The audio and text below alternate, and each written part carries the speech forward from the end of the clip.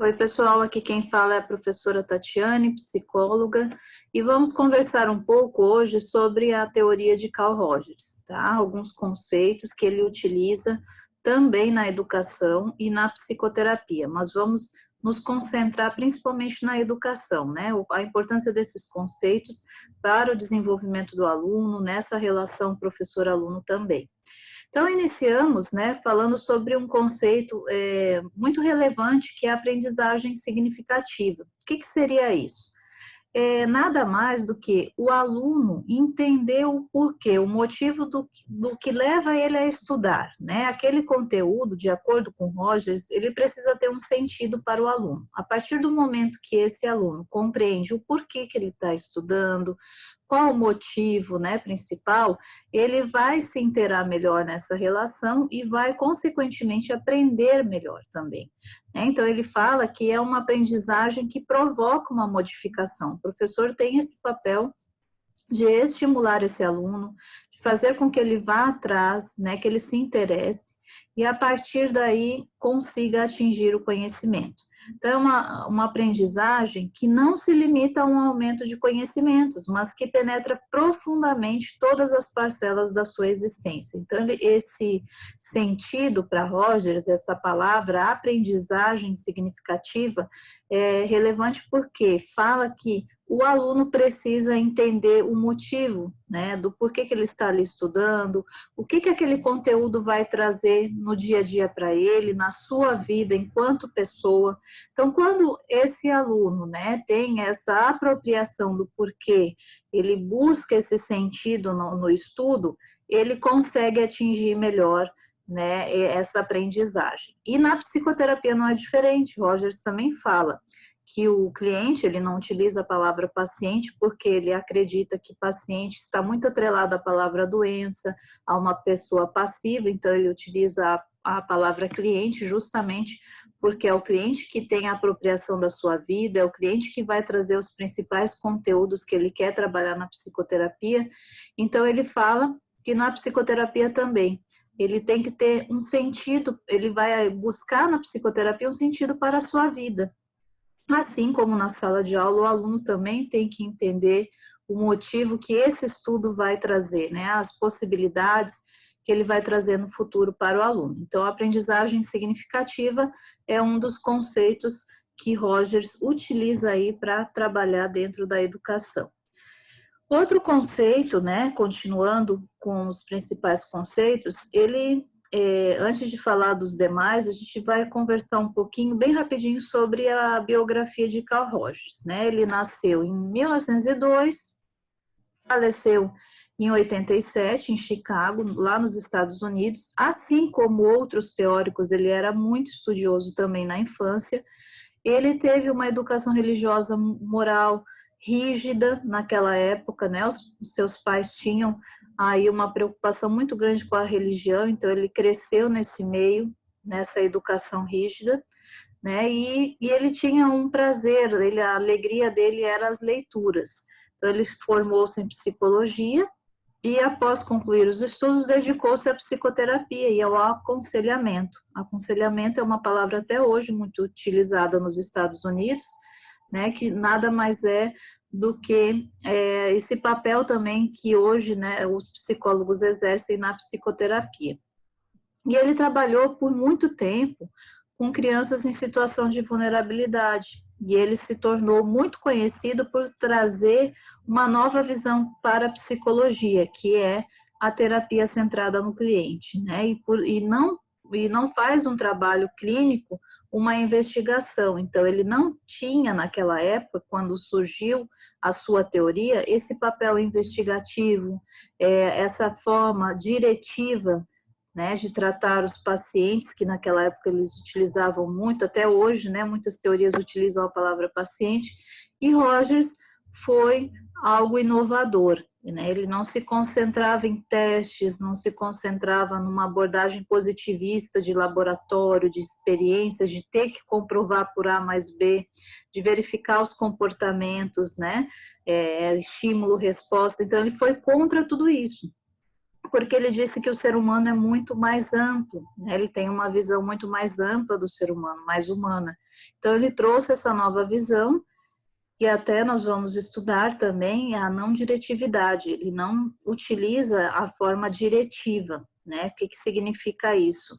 Ele fala que tanto o psicólogo como o professor, ele não deve chegar com as ferramentas, com os instrumentos prontos e finalizados, né? Então, ele não vai chegar na psicoterapia e aplicar um teste, um questionário, conduzir a terapia a todo momento. Quem tem, né, essa responsabilidade, quem vai trazer os conteúdos que mais acredita que é importante é o cliente e não o psicólogo. Então, ele utiliza esse termo não diretivo justamente para dar essa ideia de que quem conduz, quem tem a apropriação da sua vida é o cliente. E na sala de aula também não é diferente. Então, o aluno é que vai, o professor deve perceber, né, quais são as prioridades, quais são as dificuldades que o aluno traz, e a partir desses conteúdos, dessas dificuldades que o aluno traz, ele vai trabalhar, ele vai conduzir aí a sala de aula, tá? Então, ele fala dessa não diretividade. E ele também trouxe, né, escreveu muitos livros, aqui, né, nós vamos citar apenas 2, mas tem muito mais, que é Liberdade para Aprender, é um livro que ele escreveu lá em 1969, e Liberdade para Aprender em Nossa Época, que ele escreveu em 1983. Outro conceito super importante é a tendência para a realização. O que seria isso? Essa tendência, né, todos nós, seres humanos, temos. Nós nascemos e crescemos em busca de algo positivo na nossa vida, né? Então, ele fala que essa tendência para a realização, ela vai propiciar o nosso desenvolvimento quando somos lançados a explorar o mundo ao nosso redor, a desvendar os objetos, expressar nossos sentimentos, a engatinhar quando bebês, a caminhar numa busca constante para suprir nossas necessidades. Então, ele fala que essa tendência à realização, todos nós nascemos com ela. Que seria isso? Buscar sempre o nosso crescimento e nunca ter uma visão negativa. Então, por exemplo, né, nós fazemos uma faculdade de psicologia justamente porque nós estamos pensando no nosso futuro, no nosso crescimento, né? Então, nós trabalhamos, nós estudamos, sempre pensando em nos desenvolver para o bem, para o melhor, né? Buscando essa realização. Então, isso é algo interno e nós, enquanto psicólogos, nós precisamos acreditar que o ser humano, né, tem esse potencial para o crescimento. Então, esse fato de acreditar no outro, de acreditar que a pessoa busca esse conhecimento, busca esse crescimento e vai conseguir, é um diferencial lá na psicoterapia e é um diferencial na sala de aula também. O professor deve acreditar nessa busca que todo ser humano, que todo aluno tem para o crescimento. Então, essa crença já é muito importante para facilitar aí essa relação, tanto lá na psicoterapia do psicólogo com o cliente, quanto na sala de aula do professor com o aluno, tá? Então, o caminho que nós seguimos em nossa vida, ela tem relação com as percepções que nós temos dela, né? O que pode não representar a realidade externa em si. Então, podemos dizer que o modo como cada um de nós vê o mundo interfere no modo como interagimos com os outros. Então, ele fala também desse processo, né, que é a empatia, ter esse olhar, né, tentar se colocar no lugar do outro, isso é muito importante. E nós temos que ter uma visão positiva. Então, se a pessoa tem uma visão positiva, consequentemente, ela também vai tratar os outros melhor, ela vai olhar o outro, ela vai conseguir ter essa empatia, né? E o professor lá na sala de aula deve ter essa empatia desenvolvida, que é o que vai impulsionar o crescimento saudável do ser humano. Então, quando a pessoa não está legal, quando ela tem algum transtorno, quando ela não está congruente, como fala Rogers, né, que tem aí alguma coisa errada acontecendo, provavelmente ela vai ter uma visão distorcida do mundo, ela vai ser aquela pessoa negativa, que não vai conseguir ter esse olhar positivo sobre a vida, não vai conseguir se colocar no lugar do outro, não vai ser empática. Então é importante nós buscar essa tendência para a realização, né? Tentar prestar atenção em nós. O professor em sala de aula tem esse papel, tem que exercer essa empatia, assim como o psicólogo lá no consultório, né? Porque isso é fundamental, buscar essa tendência para a realização, tá? E desenvolver aí a empatia. Então, Rogers fala, né, que essa busca, essa tendência para a atualização envolve aí o equilíbrio interno, né, que é uma constante, nós sempre tentamos buscar esse equilíbrio interno. A psicoterapia, um dos papéis da psicoterapia é esse, né? A congruência, que eu já comentei, né? Nós precisamos estar de acordo com o que nós sentimos. Então, por exemplo, as pessoas, quando elas estão congruentes, elas formam, elas falam, elas tomam atitudes congruentes, elas tomam atitudes corretas em relação aos seus sentimentos. Quando a pessoa não está legal, o Rogers fala que ela está incongruente. Então, as suas decisões, né, as suas palavras não condizem com o que elas sentem. Então, tudo fica, digamos assim, estranho, né? E essa congruência, ela deve ser buscada. Esse desenvolvimento saudável, esse desenvolvimento pleno, né? Então, a gente precisa ter alguns conceitos, principalmente por parte do psicólogo e do professor, para conseguir fazer com que o outro atinja esse desenvolvimento saudável.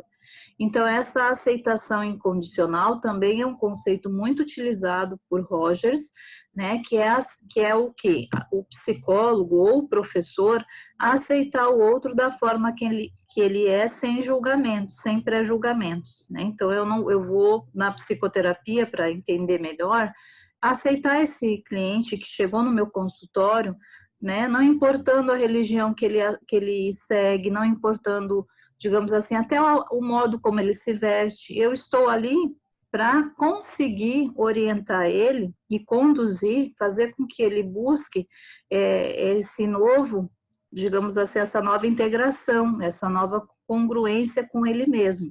E eu não devo fazer os pré-julgamentos, né? Então, assim, eu tenho que ter cuidado na minha fala, eu preciso aceitar ele, aceitar o que ele traz, né, sem julgamentos. E o professor em sala de aula, a mesma coisa. Tem que ter essa abertura, essa empatia, aceitar o outro da forma que ele veio, né? Então, quando o cliente percebe isso, é um passo a mais que ele dá na psicoterapia, quando ele é aceito, quando ele percebe que o psicólogo aceita ele do jeito que ele é. E em sala de aula não é diferente, tá? Então, o Rogers, ele questionava, né, o papel da educação na construção de um mundo mais digno. Então, ele falava que a educação deve ser centrada na pessoa, né? Então, assim, não é o psicólogo que vai conduzir, não é o professor que vai dizer todas as diretrizes, né? Então, ele tem que buscar esse ponto central no outro, né? O outro que tem a chave, né, do seu sucesso. Então, a gente tem que acreditar no outro. Então, por isso que ele utiliza a palavra educação centrada na pessoa, né, a terapia centrada na pessoa, porque é a pessoa que vai conduzir aí o processo. Aí nós já conversamos, né, que a aprendizagem não deve estar centrada no professor, e sim no aluno, tá? Então, essa autenticidade, a confiança na capacidade do ser humano é muito importante, a gente tem que acreditar no ser humano, tá? Então, isso é um ponto muito importante, ter essa compreensão empática, né? E ele propõe essa técnica não diretiva que eu já expliquei, que é uma técnica tanto utilizada no setting terapêutico quanto em sala de aula, que é justamente isso, né? Não é chegar com conteúdo pronto, não é chegar com as ferramentas lá na psicoterapia pronta, um questionário, um teste para aplicar, dizer para o cliente o que ele deve ou não fazer, não. É o aluno, é o cliente que vai conduzir essa relação. Então, isso nós falamos, né? Isso o Rogers utilizou esse termo não diretivo, em que o educador ele vai se limitar a facilitar a comunicação, da motivação intrínseca do aluno para aprender e verificar os assuntos do interesse do aluno, né? E não chegar com conteúdo pronto já para ele aprender, tá? Então, a gente tem que prestar muita atenção no outro, no que o outro tem para trazer, tanto em psicoterapia quanto em sala de aula, tá? Então, ele fala, né, que o ensino deve fazer sentido, como nós vimos lá no início, tem que entender o porquê que ele está ali, né, qual o motivo dele se estar envolvido naquele conteúdo, o que que aquele conteúdo vai trazer para ele, tá? Então, isso tem que ter um sentido, isso que ele fala da aprendizagem significativa.